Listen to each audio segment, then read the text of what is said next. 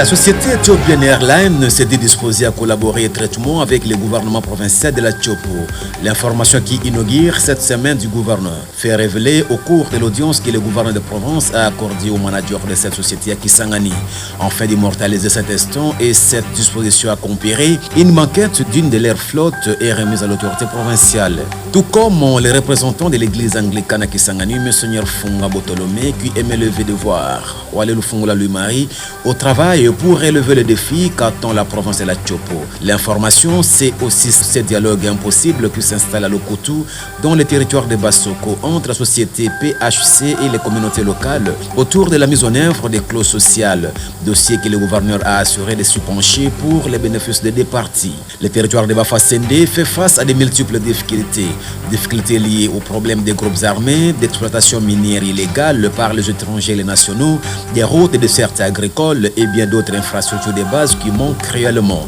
Tous ces griefs sont portés à la connaissance de l'autorité provinciale au cours de l'audience accordée à la notabilité de ces territoires. L'heure a sonné au lancement des travaux de réhabilitation de quelques artères de la ville de Kisangani. La descente de Walelu Fungola Lui-Marie dans certaines artères de Kisangani constitue un signal fort. Pour ces trois axes sont dans le viseur du chef, les avenues de l'église Général Moulamba ainsi que les 300 espaces 3000 et le lycée technique Mapendano.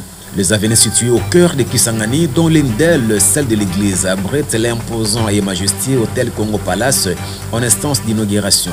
Un autre événement qu'a connu la semaine, c'est la cérémonie des remises et reprises entre les DG sortants de la régie provinciale des recettes de la Tchopo et même Pengeli Kaka et l'entra Jean-Jacques Kalomé. Une cérémonie supervisée par le vice-gouverneur de province Abibou Sakapela Bin Mungamba. Le nouveau DG a bien voulu rendre les reconnaissances au gouverneur de province immédiatement après sa prise de fonction. Question de puiser de la haute sagesse pour la conduite de ce service d'assiette provinciale, très capital pour la bonne marche de la province de la Tchopo. Un événement efface l'autre. En vacances parlementaires, l'honorable Massanga Kisigaï a bien voulu passer par le gouvernement de province, présenter les civilités à l'autorité provinciale avant d'aller communier avec sa base électorale à Ubundu.